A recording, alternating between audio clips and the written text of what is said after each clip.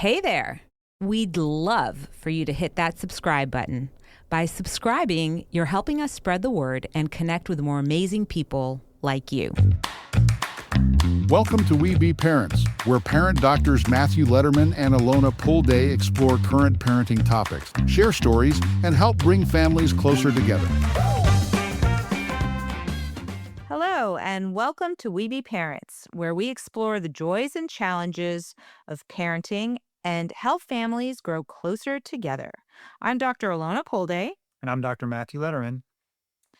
and last time, in our last episode, we talked about how micro connections can help families step out of chaos to connect, even in our busiest moments.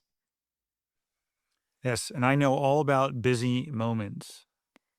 We have probably the hardest thing for us, the thing that we spend the most energy tending to in our relationship, is not letting the busyness, the need for productivity or relief from different challenges, whether it's health challenges or drama and all sorts of things, is to carve out protected time for connection, but not the big,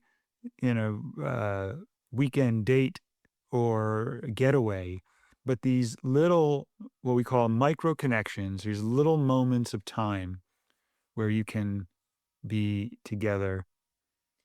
And this can be especially challenging for parents because so many of us put so much effort and time and commitment into our relationship with our kids, whether that's dealing with school dramas or dealing with health issues or supporting extracurricular activities like sports or drama. And especially if the kids are really into those, they can really be time consuming. And that time comes at the cost of the partner connection, the adult connections.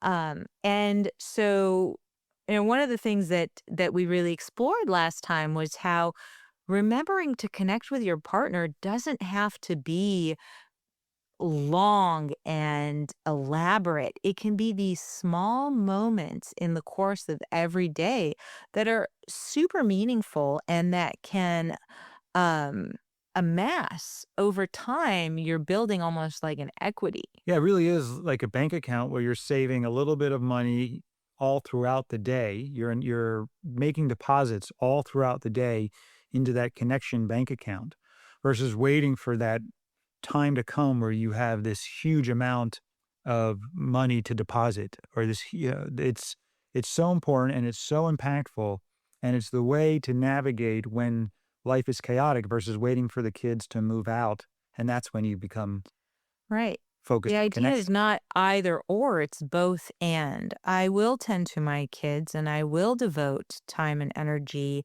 to their challenges and passions.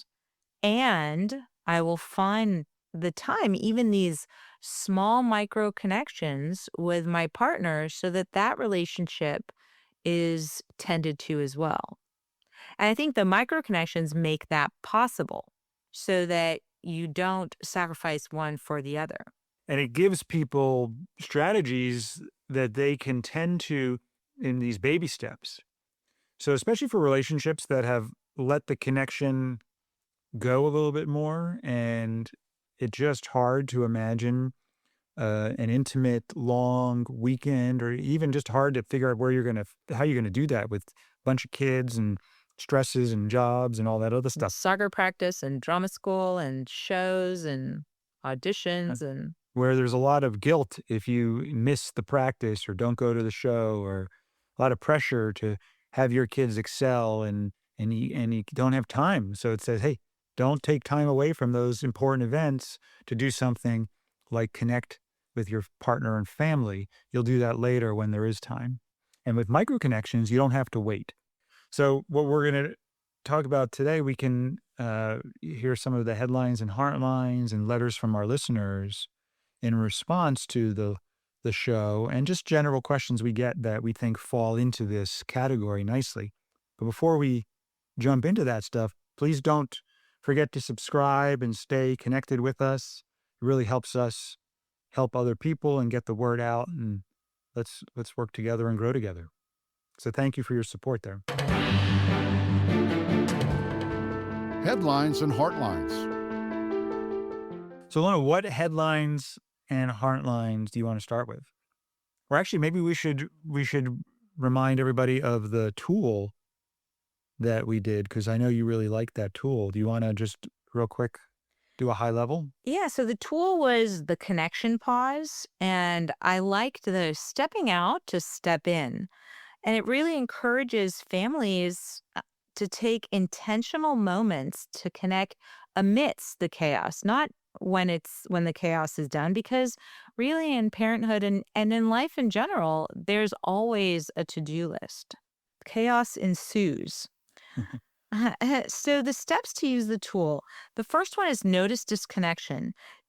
Ask yourself, when was the last time I felt really connected to my partner, to my kids, to my family, to my friends? And if you don't remember or it was too long ago, that's an indication that this area in your life is not tended to, or can use more tending to. Identify micro moments. Look for the small opportunities in your day that allow for connection.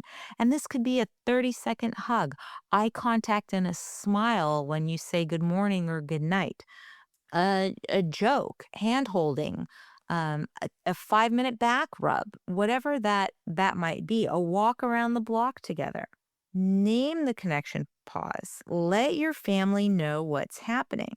Let's pause for a second. Let's pause for 30 seconds. Let's pause for 5 minutes so that you're both on the same page.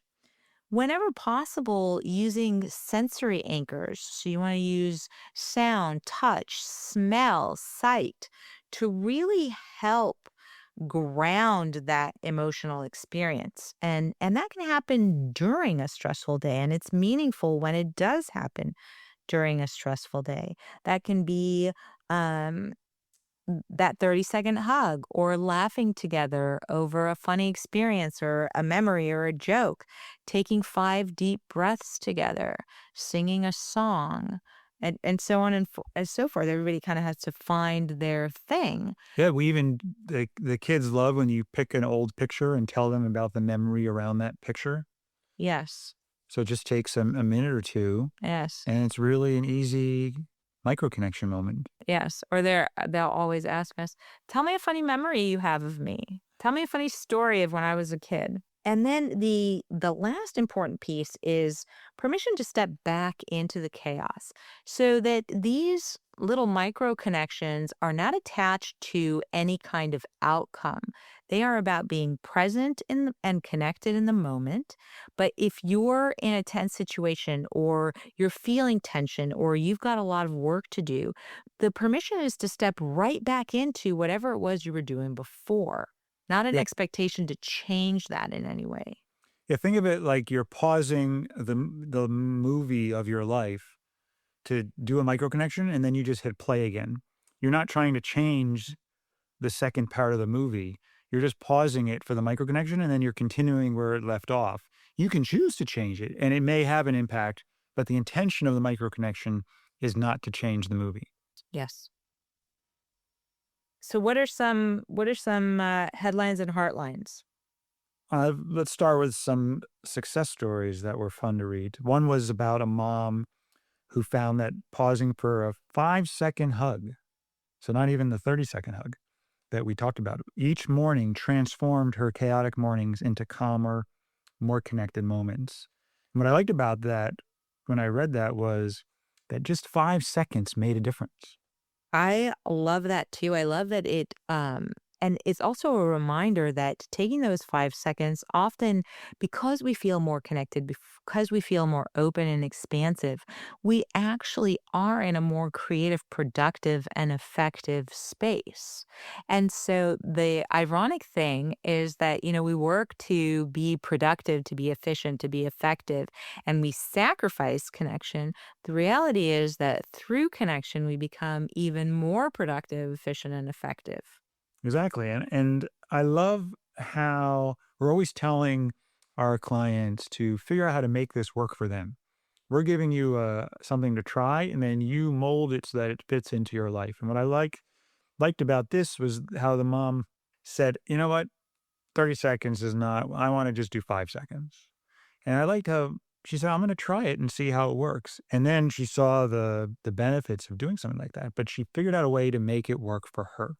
And to me, that's the key. Agree.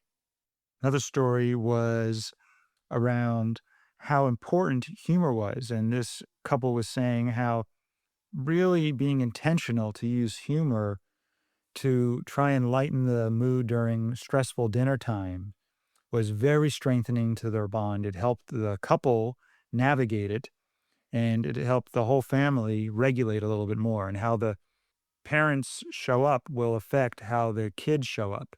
And your mood, your nervous system level of stress is going to affect, it's like all almost like one nervous system, or the kids and the parent, everybody's nervous system is interconnected. So using humor, I love narrating almost like you're stepping out mindfully and talking about what's happening in the moment. It's helpful because that not only creates a little distance between you and the stressful moment, it's also like I'm almost talking to myself, and I tend to be more mindful and show up differently. So making jokes, talking out loud, being silly out loud. I've heard you make jokes about, during dinner time when it's a little stressful, and you'll say, order number 765 is ready, and you'll joke like you're a short order chef. And it's just a way that the kids it just diffuses some of the tension that would otherwise be there. Yeah, I don't think they say laughter is the best medicine for nothing. I think it's really important. I think when you can diffuse a situation or when you can invoke humor and lighten a mood, it reminds us also not to take life so seriously. Sometimes we get caught up in the weeds and we think this is the moment that's going to stay with us forever. But not to date, has there ever been a moment, regardless of how wonderful or devastating it was, that has been the lasting moment? Yes, I've yet to find a moment that stayed with me forever, Exactly. pleasant or unpleasant. Yes. So where we can and when we can remember to invoke humor and lighten load, I think that's a really great opportunity for micro connection. Yeah, I love it. This episode of We Be Parents is brought to you by We Be Calm, the child calmer designed by doctors and loved by parents. Struggling with bedtime routines or managing your child's anxiety? We Be Calm transforms deep breathing into a fun and engaging activity, helping kids find their inner calm. Perfect for bedtime stressful moments or anytime your child needs a little extra help to stay calm. Visit webecalm.com to learn more and bring tranquility to your family. We Be Calm, because we be in this together. Here was one from a dad who what I liked about this was the dad had this self-awareness. There was an openness. You don't even have to have it all figured out, but just be open that maybe you could do something differently. So this dad said that he struggled to notice disconnection until his partner pointed out the distance. So a lot of people, it's not that they're okay with it, they're not even aware of it. They don't notice it. But if you bring it up, especially with love and care instead of blame, and this way you don't stimulate shame and defensiveness in the other person, maybe they'll be able to recognize something they didn't notice before. Yeah, and I think we don't notice how insidious it is. It kind of creeps in, and the less tending that you do, the more that becomes kind of the neural pathway. You get used to not tending to this relationship in a certain way. And then it's almost like a muscle that we forget how to it atrophies. And so I think it's great that the dad had enough vulnerability to acknowledge that even went unnoticed. I imagine there can be a lot of people who have shame and embarrassment around that and wouldn't even bring it up, or it would be something that ended up resulting in conflict rather than connection. And I think another thing, and we talked about that last time as well, is that I look at this disconnection over time kind of like chronic disease. You don't get that heart attack. It doesn't come out of nowhere, and the diabetes doesn't come out of nowhere. Heart disease builds over many, many years of neglecting our health, as does diabetes. And this is the same thing. That disconnection builds over years and years of not tending to a relationship. Yeah. And there's no point where you said we were connected and all of a sudden we were disconnected. Yes. You can't look back and identify that moment any more than you can look back and decide when you became an alcoholic. You just all of a sudden you decided, you kept thinking, oh, this is just how I drink. This is just how I do things. And then someone said, hey, maybe you should drink less. And you tried and you couldn't. It's not a problem until it's a problem. And you don't realize it's a problem Yeah. until you try to do it differently. So for people who are all of a sudden saying, wait a second, I want more warmth and connection and intimacy. And then you look up and you're like, I'm not sure how to do that. I don't know if my partner even wants that. And then there's judgment and blame. Oh, my partner isn't doing it. My partner's not showing up the way I want. Versus, hey, we all got ourselves here. But the good news is we can all get ourselves to a new destination if we want to go there as well. One other thing that I was going to say is it's very easy, especially in parenthood, because parents spend time together, but that togetherness isn't always connected. Sometimes it's so transactional. It's about getting things done, not about actually being present in an experience together. And I think that we can fall into that pattern so easily in parenthood and convince ourselves, oh, but we are connected. We spend a tremendous amount of time together. That idea that, oh, if we're together, we're connected, and they're not the same. And it's to be in that felt heart space, that intimate, warm, connected, loving heart space, and be with the other person's heart is very different than being with them intellectually. Both have value, but I think we don't give enough attention to the importance of that heart space connection as well. I agree. I think it's that whole notion of you can share space together without sharing an experience together. And it's about sharing that experience together that enhances the relationship. Yes, and that is why when I would sit on the feeling couch and say, hey, here's what I'm experiencing inside. I don't know what it means. I don't know how to fix it, but here are my sensations. Here are some images I'm getting. And I would share that experience with you, where I was in the present moment, that contributed to you, which is different than saying, here's what I need, or here's what we should do, or here's the problem, which is more an intellectual understanding. Yeah, you gave a great analogy that when you described in the last episode watching a movie with Kylie versus watching a movie with Jordan.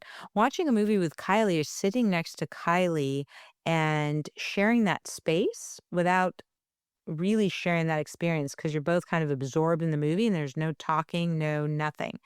Watching a movie with Jordan is she's constantly narrating, dialoguing, giving her opinion, sharing her experience of the movie with you, and you feel like, oh, we're on this ride together. Yeah. It's very noticeably different. Yeah. And it's not that one way is right or wrong. It's that I know that with Kylie, if I want to connect with her, Mm-hmm. for example, it won't be a movie. Now, we still watch movies together, but that's not to meet my need for connection. That might meet my need for togetherness, adventure. We might talk about the movie afterwards.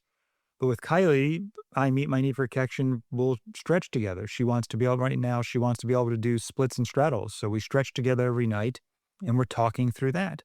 Or she loves to read, or she loves to play games, yeah. So you're finding it's not that there's one size fits all, but finding what type of micro connection experience actually meets the need for connection for the two of you in that relationship.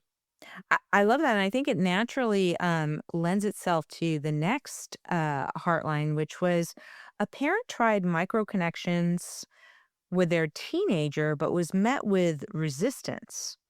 And that opened up conversations on emotional availability.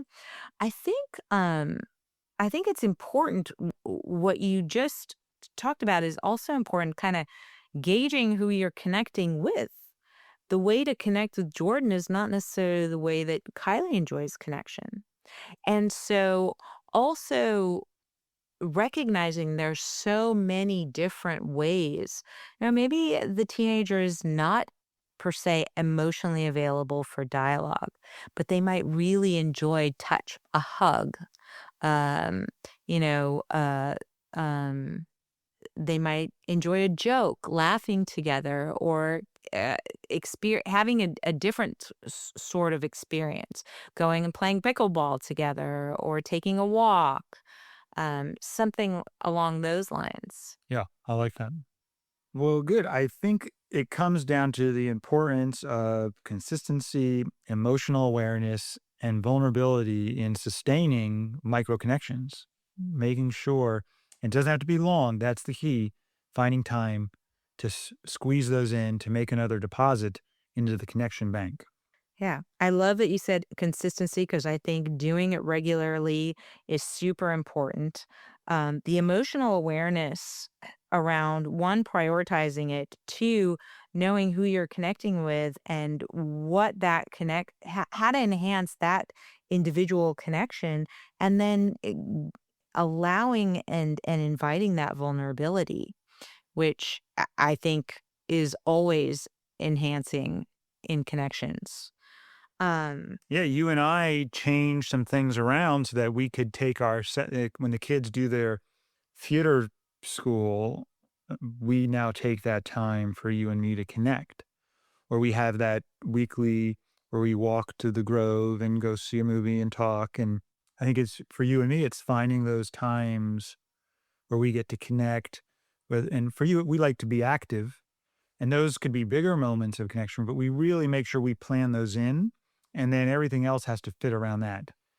Before we were tending to micro connections, we would plan our week and then at the end of the almost try and fit in our connection time. Mhm. So we really turned it upside down and said that first comes the connection time and we fit everything else in.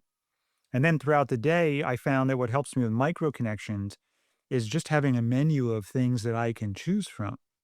And if I know what to do, that's half the battle of squeezing one in. How hard is it to stop and smile at you, or to send you a little note, or give you a 30-second hug? Mhm. So once you're clear, a lot of families, I think, one or both of the partners just don't know what to do to meet the need. They don't have a clear strategy. And if they just get a menu of strategies to pick from, when they're ready to do it, to meet the need for connection, they just look at the menu and pick something. I like that. Ease is always great, especially the beginning Yeah. when it just really lightens that load, just knowing what you can do. Yeah. So let's go to some letters from the listeners. Okay, here's one. I'm always too tired to connect at the end of the day.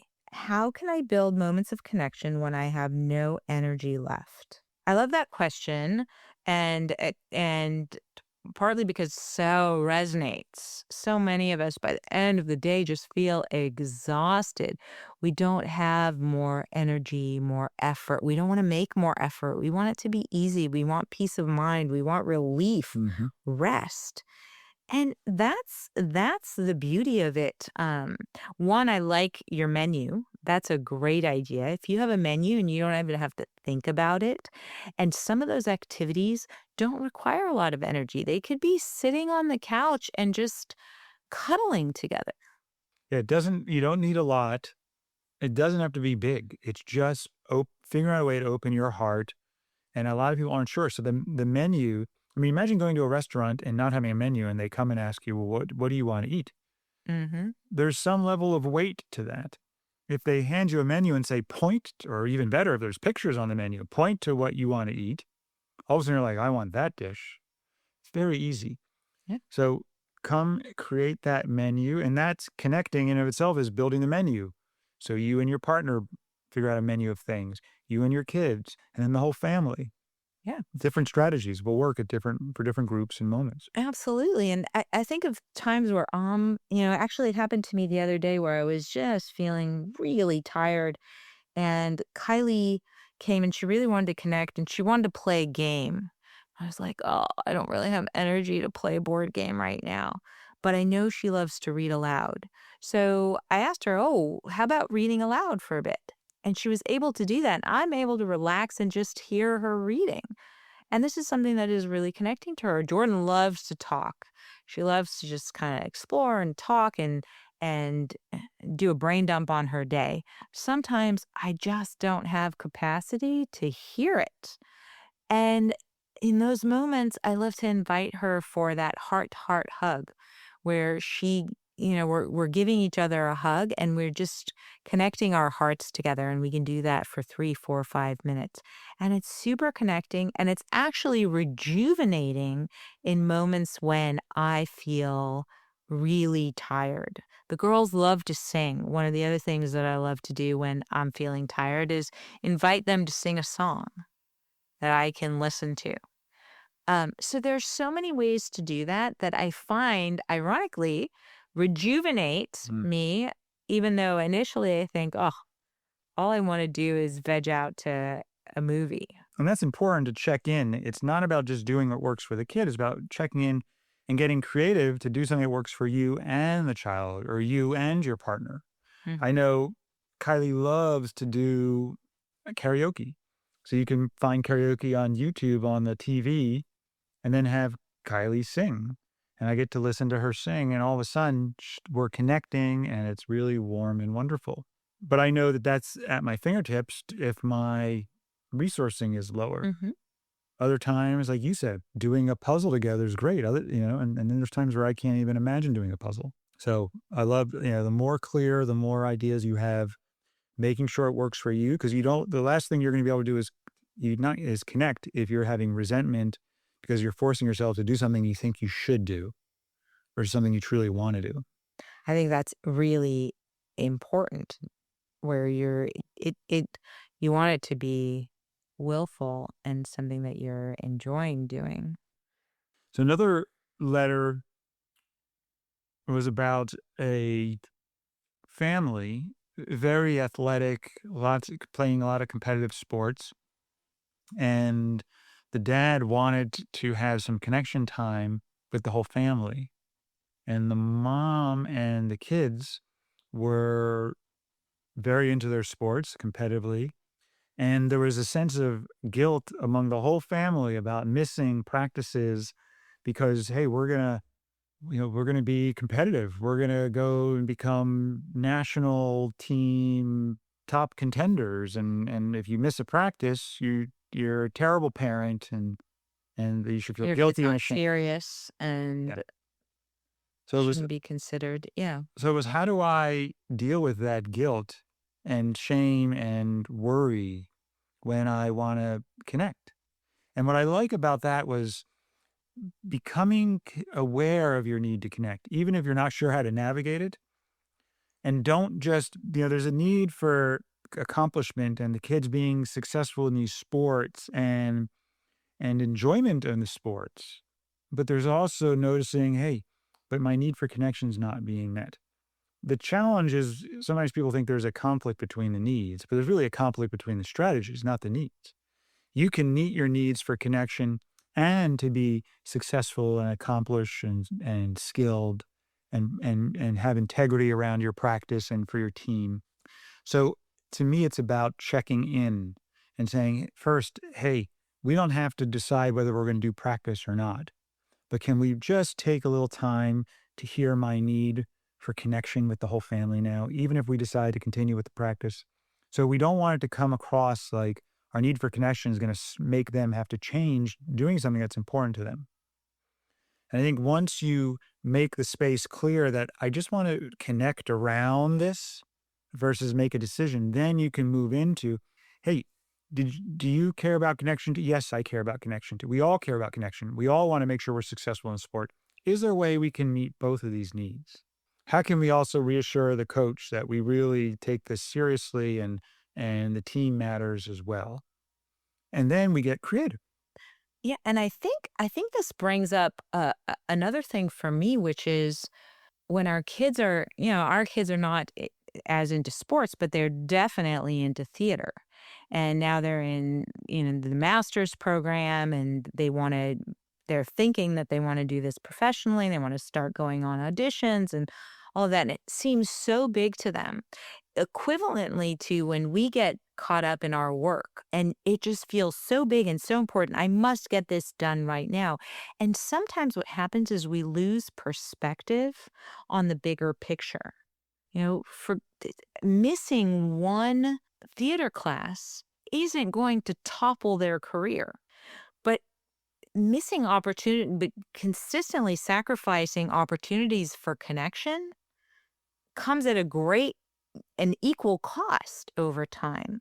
And so I love the both and I love your approach, which is, hey, this is important and this is important. And how do we hold and make space for both, not one or the other? And usually when it gets to that point where you think we have to have a practice, we have to have a connection experience this weekend, and you feel almost authoritarian about it, that's a sign that your connection reservoir has been depleted and likely been getting depleted for a period of time. You have such a great need that it feels almost emergent to where you create these rigid rules and demands of yourself and the family. So that's a sign to almost mourn a little bit, do a little self empathy that, oh, we let connection get out of hand here and we're not meeting that need. That doesn't mean we have to drop everything this weekend. It's possible, and maybe that works for the family and the coach, and maybe it doesn't. But either way, I want to start tending to the connection bank a little bit more. I want to make more Mhm. deposits. So this is an opportunity when I feel that urgency to to shut off everything this weekend and we're not doing practice, to instead say, regardless of what we do this weekend, how can I infuse micro connection moments into the days with me and my partner and my kids more? Yeah, I love that point. I think it's very important to remember. This is another one that I think steps into what you just said, where we start feeling the urgency for something that has not been tended to for so long. And the letter was the summary of it is, I'm afraid it's too late to rebuild connection after years of neglect. What can I do? And I think that does happen, whether it's kind of what you described before, the dad that doesn't even realize it until it's brought to his attention and it's in such deficit. The need is so great that it becomes urgent and needs to be remedied immediately, or else the consequence is dire. And that feels sometimes like a hopeless place to be. You can't quite see how do I get out of this? How do I dig myself out of this hole? Yeah, and that to me is a time for scary honesty. And it's scary because you have to be willing to allow it to go wherever it winds up going. The relationship could ultimately heal and reconnect and repair, but the relationship it could move in a different direction and the strategy of being married no longer meets enough needs to continue on that path. But regardless, pausing and sharing what's true for you, what's alive in your heart, not with blame for the other person, which is often when connection's not met in a relationship, they show up with blame for the other person, but not with blame, but instead with a, a compassion and a sincere desire to just share the longing, to share your loneliness and sadness at the need for connection not being met, again, not with blame, but just because you want to open up your heart to let the other person know where you're at. And if you can do that and then make it a safe space for the other person to open up their heart, that will help you determine, hey, can the repair take? Can they reconnect? Or hey, maybe we can't, but we can at least move on as friends or connected. So even though it's a little scary to do this, be less worried about what's going to happen to the relationship. Be more worried about how you show up in this moment once you've realized this. I think the important piece of that is the authenticity and the option for joy and satisfaction in life, not being attached to what that outcome is. Am I together with this person or not? No longer together with this person. But that notion of I'm gonna sweep it under the rug and pretend it doesn't exist and live in this artificial harmony is so dissatisfying. And that's a question for for each individual at the end of the day. Is that how you want to live your life? In that artificial state of dissatisfaction? Or is it worth saying, hey, I need to find out. It might not be too late. I'm afraid it's too late, but maybe it's not. Hopefully it's not. Right, or I'm afraid I don't think it's too late, but I don't know what to do. And then how do I get help? How do I get help repairing connection and then learning what to do to start making deposits into that connection bank is essential. And you and we have a coach that we work with Mhm. that is a mentor of mine, a nonviolent communication mentor of mine. And her name is Alia, and she has been so helpful that you and I know what to do but sometimes we'll just talk with her for an hour, and it's so nice having somebody else support that connection energy in that moment. And it's really helpful to get support too, particularly not with people that are going to tell you, here's what you got to do, or here's some advice, or here's what you got to fix, or they start figuring out diagnosing what's wrong with the other person or you, even worse. But then that's not going to be helpful. So just surrounding yourself with this intention to connect and people that can support empathic connection versus this sort of fix it advice, telling you what to do, telling you what's wrong energy. And the interesting thing is, because I know you do that with couples as well, it's one of your passions is working with parents and couples in repairing and building and enhancing connection. And I won't say that you don't give advice or even that Elia doesn't give advice when we're needing some additional support, but that the advice comes in encouraging us to find the answers by giving us a space where we feel expansive enough to open up our strategies. A lot of times what happens in partnerships is that we get locked in habitual responses. We get locked in strategies. This is the only way it's going to work is if you do this and if I do that. But the options are endless as far as how you can show up and how I can show up to try and meet unmet needs. The challenge is, can we both get to a space where we're expansive enough to explore those strategies? And I think that's the support that you provide for people that you work with and that Alia provides to us. Yeah, because then you don't have to hold all that yourself. Mm-hmm. I love it. Mm-hmm. And then, again, just mentioning the tool, the connection pause is the first step, I think, in trying to repair connection, which is, again, noticing the disconnection, identifying moments of micro connections, naming the connection pause so that people, whoever you're with, is aware of what's happening and how much time, even what expected time frame you're talking about, using sensory anchors whenever possible, and then allowing permission to step back into the chaos after the micro connection. I just wanted to remind the people of the steps because I think that's It's important. very, very helpful. Just have that container that you can go through to help guide you when this is not something that is a habitual practice yet. Just one last thing.